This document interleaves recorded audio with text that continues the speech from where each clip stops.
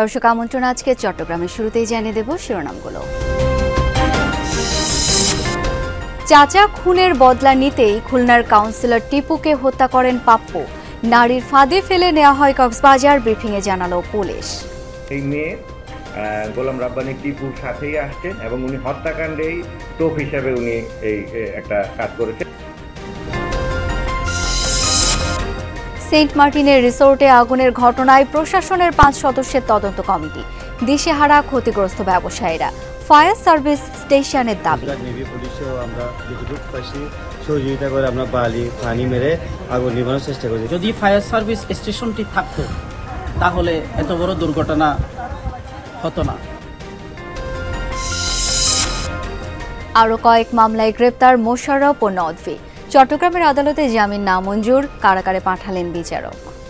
আমরা পিটিশন দিয়েছি জামিনের, আমাদের জামিনের দরখাস্তগুলো মাননীয় আদালত নামঞ্জুর করেছে। আফটার ইনভেস্টিগেশন যদি ওনার বিরুদ্ধে ফাইনাল রিপোর্ট আসে তাহলে উনি রিলিজ খালাস পাবে, এবং যদি ওনার বিরুদ্ধে অপরাধ প্রমাণিত হয় তাহলে মামলা চলবে।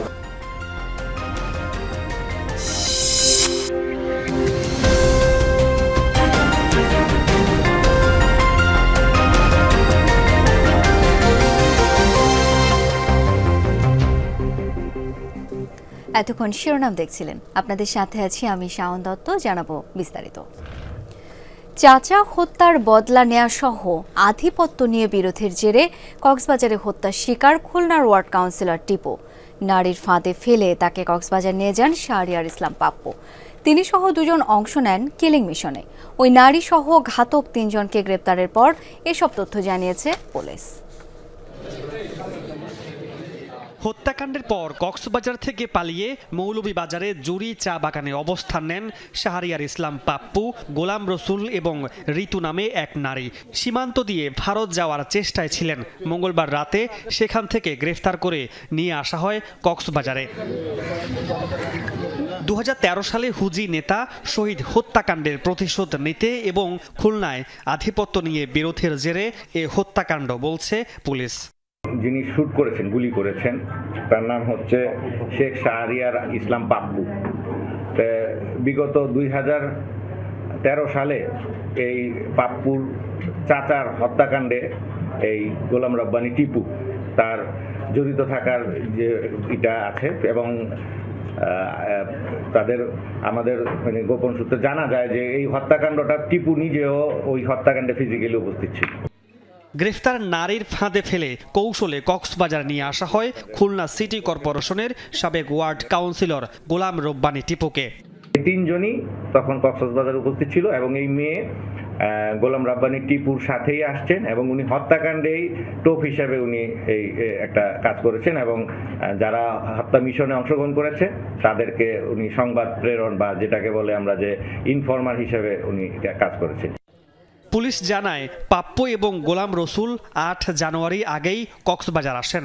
একই দিন নিহত টিপুর সাথে আসেন ওই নারী। হোটেলে তাদের কক্ষে ছিলেন খুলনার সাবেক কাউন্সিলর শেখ ইফতেখার হাসান সালু এবং কক্সবাজারের মেজবা উল্লাহ ভুট্টো নামে আরও 2 জন। এটা একটা টার্গেট কিলিং, এবং এই কিলিংটা যে কোনো জায়গায় হতে পারত, এবং খুনি যারা তারা আসামির অবস্থান এবং তাদের খুন করার পরিবেশটা এখানে সুইটেবল মনে করে এখানে হত্যাকাণ্ডটা ঘটিয়েছে। এই হত্যাকাণ্ডে আরো বেশ কয়েকজনের এখানে কক্সবাজারে অবস্থানের পাওয়া যায়। আর যে বিষয়টি আছে যে উনার সাথে আরেকজন ওয়ার্ড কাউন্সিলর আসছেন, আমরা তার অবস্থানটা এবং তার আসার কারণটা আমরা খতিয়ে দেখছি। গত বৃহস্পতিবার রাতে কক্সবাজারে সিগাল হোটেলের সামনে গুলিতে খুন হন খুলনার কাউন্সিলর গোলাম রব্বানী টিপু। মামুনুর রশিদ অভি, যমুনা নিউজ। সেন্ট মার্টিনের রিসোর্টে অগ্নিকাণ্ডের ঘটনায় 5 সদস্যের তদন্ত কমিটি গঠন করেছে প্রশাসন। টেকনাফ উপজেলা নির্বাহী কর্মকর্তা জানান, অগ্নিকাণ্ডের কারণ ও ক্ষয়ক্ষতি নিরূপণে কমিটি গঠন করা হয়েছে। এরই মধ্যে কাজ শুরু করেছে কমিটি। প্রতিবেদন পেলে নেওয়া হবে পরবর্তী পদক্ষেপ। এর আগে মঙ্গলবার গভীর রাতে দ্বীপের পশ্চিম সৈকতের গলাচিপা এলাকায় এই অগ্নিকাণ্ডের ঘটনা ঘটে। এতে শায়রি, বিচ ভ্যালি ও কিংশুক রিসোর্ট পুড়ে যায়। এ সময় পর্যটকরা আতঙ্কে ছোটাছুটি শুরু করেন, আশ্রয় নেন পাশের রিসোর্টগুলোতে। সেন্ট মার্টিনে ফায়ার সার্ভিস স্টেশন স্থাপনের দাবি জানিয়েছেন স্থানীয়রা। কোস্টগার্ড নেভি পুলিশ সহ আমরা যতটুকু পাইছি সহযোগিতা করে আমরা পানি মেরে আগুন নিভানোর চেষ্টা করছি। সেন্ট মার্টিন দ্বীপে একটি ফায়ার সার্ভিস স্টেশন নেই। যদি ফায়ার সার্ভিস স্টেশনটি থাকতো তাহলে এত বড় দুর্ঘটনা হতো না। সাবেক গৃহায়ন ও গণপূর্ত মন্ত্রী ইঞ্জিনিয়ার মোশাররফ হোসেনকে আরও 9 মামলায় এবং সাবেক সংসদ সদস্য আবু রেজা মোহাম্মদ নেজামুদ্দিন নদভিকে আরও 5 মামলায় গ্রেপ্তার দেখিয়েছে আদালত। দুজনকেই আজ কড়া নিরাপত্তায় চট্টগ্রামের আদালতে হাজির করা হয়। তাদের জামিন আবেদন না মঞ্জুর করে কারাগারে পাঠানোর নির্দেশ দেন আদালত। সকালে কড়া নিরাপত্তায় চট্টগ্রামের আদালতে হাজির করা হয় আওয়ামী লীগের প্রেসিডিয়াম সদস্য এবং সাবেক গৃহায়ন ও গণপূর্ত মন্ত্রী ইঞ্জিনিয়ার মোশাররফ হোসেনকে। পরে মিরসরাই ও জোরারগঞ্জ থানায় দায়ের হওয়া হামলা ভাঙচুর সহ বিশেষ ক্ষমতা বিস্ফোরক ও দ্রুত বিচার আইনে হওয়া পৃথক 9 মামলায় তাকে 3 আদালতে তোলা হয়। সব আদালতেই তার জামিনের আবেদন না মঞ্জুর করে কারাগারে পাঠানো হয়। প্রত্যেকটা মামলাতেই আমরা পিটিশন দিয়েছি জামিনের। আমাদের জামিনের দরখাস্তগুলো মাননীয় আদালত নামঞ্জুর করেছে। আমরা দেখব যে উচ্চ আদালতে যাওয়ার বিষয় আছে, তাহলে আমাদের সেশনস কোর্ট আছে, পরবর্তীতে আরও পদক্ষেপ আছে, এগুলো আমরা সেভাবে যাতে উনি সুবিচার পান সেই পদক্ষেপ আমরা নেব। আফটার ইনভেস্টিগেশন যদি ওনার বিরুদ্ধে ফাইনাল রিপোর্ট আসে তাহলে উনি রিলিজ খালাস পাবে, এবং যদি ওনার বিরুদ্ধে অপরাধ প্রমাণিত হয় তাহলে মামলা চলবে। মামলায় আমাদের প্রসিকিউশন পক্ষ থেকে আমাদের যা করার স্টেটের পক্ষ থেকে আমরা তাই করব। তবে সাবেক এই মন্ত্রীর বয়স, স্বাস্থ্য ও স্ট্যাটাস বিবেচনায় নিয়ে কারাবিধি অনুযায়ী তাকে ডিভিশন ও চিকিৎসা সুবিধা দেওয়ার আদেশ দেন আদালত। একটা হচ্ছে ওনাকে সুচিকিৎসা দেওয়ার জন্য বলছে, আর একটা হচ্ছে আপনার ডিভিশন দেওয়ার জন্য বলছে। এই দুটা আপনার ওই শুধুমাত্র বয়স বিবেচনায়, এবং যেহেতু উনি একজন মুক্তিযোদ্ধা এবং উনি অসুস্থ, সে বিবেচনায় ওই দুটা দরখাস্ত মঞ্জুর করা হয়েছে। এদিকে জুলাই আন্দোলনে হত্যাসহ বিভিন্ন অভিযোগে হওয়া 5 মামলায় চট্টগ্রাম 15 আসনের আওয়ামী লীগের দলীয় সাবেক সংসদ সদস্য আবু রেজা মোহাম্মদ নেজামুদ্দিন নদভিকে গ্রেপ্তার দেখিয়েছে আদালত। চাঁদগাঁও থানার মামলা নম্বর 22/8/24 302 ধারার মামলা, হত্যা মামলা আছে। চাঁদগাঁও থানার মামলা নম্বর আপনার 26/9/24 302 ধারার মামলা আছে, মানে হত্যা মামলা আছে। মামলার তদন্তকারী কর্মকর্তার আদেশের পরিপ্রেক্ষিতে ওনাকে এই মামলাসমূহে গ্রেপ্তার দেখানো হয়েছে। এর আগে গত 27 অক্টোবর ইঞ্জিনিয়ার মোশাররফ এবং 15 ডিসেম্বর নেজামুদ্দিন নদভি ঢাকা থেকে গ্রেপ্তার হন। শহীদুল সুমন, যমুনা নিউজ, চট্টগ্রাম। এনআইডির ভুল সংশোধনে 48,000-এর বেশি আবেদনের স্তূপ জমেছে চট্টগ্রামের নির্বাচন কমিশন কার্যালয়ে। বেশিরভাগ আবেদন বছরের পর বছর নিষ্পত্তি না হওয়ায় চরম ভোগান্তিতে ভুক্তভোগীরা। ক্যাটাগরি ভাগ করে 3 মাসের মধ্যে নিষ্পত্তি করতে 12 কর্মকর্তাকে দায়িত্ব দিয়েছে কমিশন। জাতীয় পরিচয়পত্রে পিতার নাম সংশোধনের জন্য 2 মাস ধরে চট্টগ্রামের নির্বাচন কমিশনে ঘুরছেন এই প্রবাসী। সংশোধন না হওয়ায় আটকে আছে পাসপোর্ট ও ভিসা নবায়ন, অনিশ্চিত তার বিদেশ যাত্রা। ভালো রেজাল্ট পাইতেছি না। আজকে যদি আমি এটা যদি কাজ করতে না পারি তাহলে আমার পাসপোর্ট রিনিউ হবে না। পাসপোর্ট রিনিউ না হলে তো আমি তো বিদেশ যেতে পারবো না। এটা এই নারী আরও বেশি বিপাকে। পরিচয়পত্রে 7 বছর বয়স বাড়িয়ে দেওয়া হয়েছে তার। 2 বছরের চেষ্টায়ও সংশোধন না হওয়ায় আটকে আছে চাকরি এবং পাসপোর্টের আবেদন।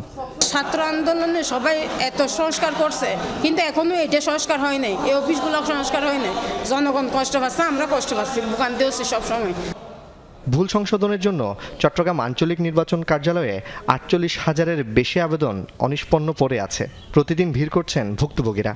দূর দূর করে তারাই দেয় এরকম লাগে, মানে আমরা যে এই দেশের নাগরিক, এটা মানে এখানে আসলে বোঝা যায় না। আমার কথা বলে মাঝখানে উনি একটা কাজ নিয়ে নিচ্ছে, তারপর আমার সাথে কথা বলতেছে না, আবার কথা বলতে গেছে উনি আমার সাথে রেখে যাচ্ছে। আসলে বলে কি এখানে ছাড় নাই, আর ওনাদের যা ব্যবহার ফাইল ধরেও না। প্রতিদিনের কাজগুলো প্রতিদিন যদি সম্পন্ন হয় তাহলে এত বিশাল একটা মানুষের ভোগান্তি হওয়ার কোনো সুযোগ নেই। বারবার আসি আমি, 1 মাসের জন্য এগুলো করতে করতে চলে যাই, এভাবে করে আমার 3 বছর পারে গেছে। কাজের কাজ কিছুই হচ্ছে না, এখানে নেটওয়ার্কের সমস্যা, সার্ভারের সমস্যা। 31 মার্চের মধ্যে আবেদন নিষ্পত্তি করতে চট্টগ্রামের 12 কর্মকর্তাকে দায়িত্ব দিয়েছে কমিশন। পেন্ডিং কাজটা কিভাবে একেবারে কমিয়ে ফেলা যায়, কাঙ্ক্ষিত মাত্রায় নিয়ে আসা যায়, সেই জন্য কমিশন ক্রাশ প্রোগ্রাম নিয়েছে। ক্রাশ প্রোগ্রামের কারণে এখন আমাদের এই স্যারও এটা নিষ্পত্তি করছে, আবার কয়েকটা জেলা অফিসারকেও দায়িত্ব দিয়েছে এই কাজগুলো নিষ্পত্তি করার জন্য। যাচাই করে দেখা যায় বেশিরভাগ আবেদনই নামের বানান, জন্ম তারিখ ও ঠিকানা সংশোধনের। কিছু আছে স্বামী বা স্ত্রীর নাম পরিবর্তনের আবেদন। জুবাইদ ইবনে শাহাদাত, যমুনা নিউজ, চট্টগ্রাম। চট্টগ্রামে internet service provider association of Bangladesh ISAPB আয়োজিত 3 দিনব্যাপী আইসিটি মেলার প্রথম দিনেই মিলেছে ব্যাপক সাড়া। তথ্য প্রযুক্তিতে উদ্ভাবন ও এগিয়ে চলার পথে শিরোনামে এবারে মেলায় প্রদর্শিত হচ্ছে আধুনিক সব প্রযুক্তি এবং উদ্ভাবনী প্রকল্প। এক ছাদের নিচে আইটি খাতের দেশি বিদেশি 85টি প্রতিষ্ঠান। উদ্দেশ্য নিজেদের উদ্ভাবিত প্রযুক্তি ব্যবহারকারীদের সামনে তুলে ধরা। 3 দিনব্যাপী মেলার প্রথম দিনেই মিলেছে সাড়া। আইটি খাতে এত বড় আয়োজন দেখে খুশি গ্রাহকরাও। এই মেলাতে নতুন কি টেকনোলজির এসছে সেটা আমরা দেখা এবং সেটা ইমপ্লিমেন্ট করে গ্রাহকদেরকে সেবা দেওয়া, এটাই হচ্ছে আমাদের মূল উদ্দেশ্য। আরও যদি সহজতরভাবে ইন্টারনেট যেন একদম গ্রাহক পর্যায়ে পৌঁছায়, আরও সহজলভ্য হয়, সেই ক্ষেত্রে আমাদের এই প্রযুক্তিগুলো নিয়ে আসা, মার্কেটে আসা। আমাদের আইটিসি এবং আইএসসি লাইসেন্স আছে, যার মাধ্যমে আমরা বেনাপোল, কক্সবাজার, কুয়াকাটা থেকে ইন্টারনেট ব্যান্ডউইথটা ঢাকা পর্যন্ত নিয়ে আসি এবং সারা বাংলাদেশে ছড়িয়ে দিই। জীবনের জন্য যে ইন্টারনেট দরকার, যে নেটওয়ার্ক দরকার, যে কানেক্টিভিটি দরকার, সেগুলো অ্যাকচুয়ালি এখানে কী আপডেট আছে সেগুলোর সাথে পরিচিত হচ্ছে। রাউটার কোনটার কি কোয়ালিটি, কোনটার কি স্পেসিফিকেশন, এগুলো কিন্তু ডিটেইলস জানতে পারছি, যেটা আমরা সাধারণত জানি না। আইটি মেলার পাশের একটি ভেন্যুতে দিনব্যাপী অনুষ্ঠিত হয় বিজ্ঞান মেলা, যেখানে 105টি শিক্ষা প্রতিষ্ঠানের শিক্ষার্থীরা তুলে ধরে তাদের উদ্ভাবন। আমাদের এই প্রযুক্তির মাধ্যমে হচ্ছে আগামী 14 দিন পরে আবহাওয়ার পরিস্থিতিটা কীরকম হতে পারে সেটা আমরা জানতে পারবো। প্রজেক্টের নাম হচ্ছে ইকো ট্যাক্সিটি, অর্থাৎ পরিবেশ বান্ধব প্রযুক্তি নির্ভর শহর। এখানে আমরা মূলত পানির ব্যবস্থা রাখেছি। পানির ব্যবস্থা হচ্ছে আমরা প্রাকৃতিকভাবে পানিটা সংগ্রহ করব। ইউরোপ কান্ট্রির মতোই একটা ডেভেলপমেন্ট কান্ট্রি তৈরি করার যে একটা প্রচেষ্টা বা ওদের যে একটা চিন্তাভাবনা খুবই সুন্দর ছিল। উদ্বোধনের পর মেলা দুটি ঘুরে দেখেন বিটিআরসি চেয়ারম্যান। আমাদের মেধার কোনো এবং উৎসাহের কোনো কমতি আমি দেখি বলে মনে হয় না। সো আমি আশা করি এই আইসিটি ফেয়ার, বিজ্ঞান মেলা, এই জিনিসগুলো আমাদের চোখ খুলে দেওয়ার ক্ষেত্রে একটা প্রশংসনীয় ভূমিকা পালন করবে।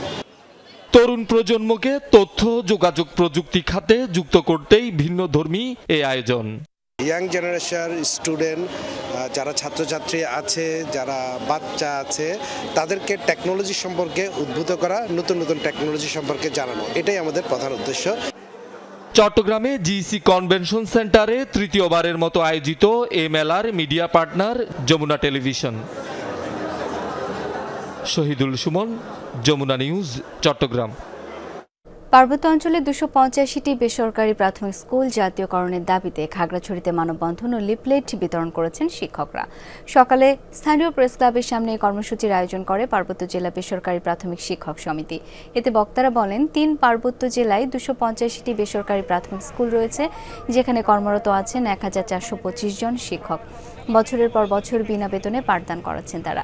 মানববন্ধন শেষে জেলা প্রশাসকের মাধ্যমে প্রধান উপদেষ্টার কাছে স্মারকলিপি দেন শিক্ষকরা। চট্টগ্রামে বলিরহাট হামিদচর এলাকায় ডোমখালি খালের উভয় পাশে রিটেইনিং ওয়াল নির্মাণে অনিয়মের প্রতিবাদে মানববন্ধন করেছেন স্থানীয়রা। হামিদচরে অনুষ্ঠিত কর্মসূচিতে ভুক্তভোগীরা অভিযোগ করেন, জলাবদ্ধতা নিরসন প্রকল্পের আওতায় কোনো অধিগ্রহণ ছাড়াই ব্যক্তি মালিকানাধীন জমিতে রিটেইনিং ওয়াল নির্মাণের কারণে মানুষ ক্ষতিগ্রস্ত। চট্টগ্রাম উন্নয়ন কর্তৃপক্ষকে জানানোর পরও ব্যবস্থা না নেয় ভুক্তভোগীরা ক্ষুব্ধ। সিডিএর সামনে অবস্থান কর্মসূচি পালনের ঘোষণা দেন মানববন্ধনে অংশগ্রহণকারীরা। এই ছিল আজকে চট্টগ্রামে। ধন্যবাদ এতক্ষণ সাথে থাকার জন্য।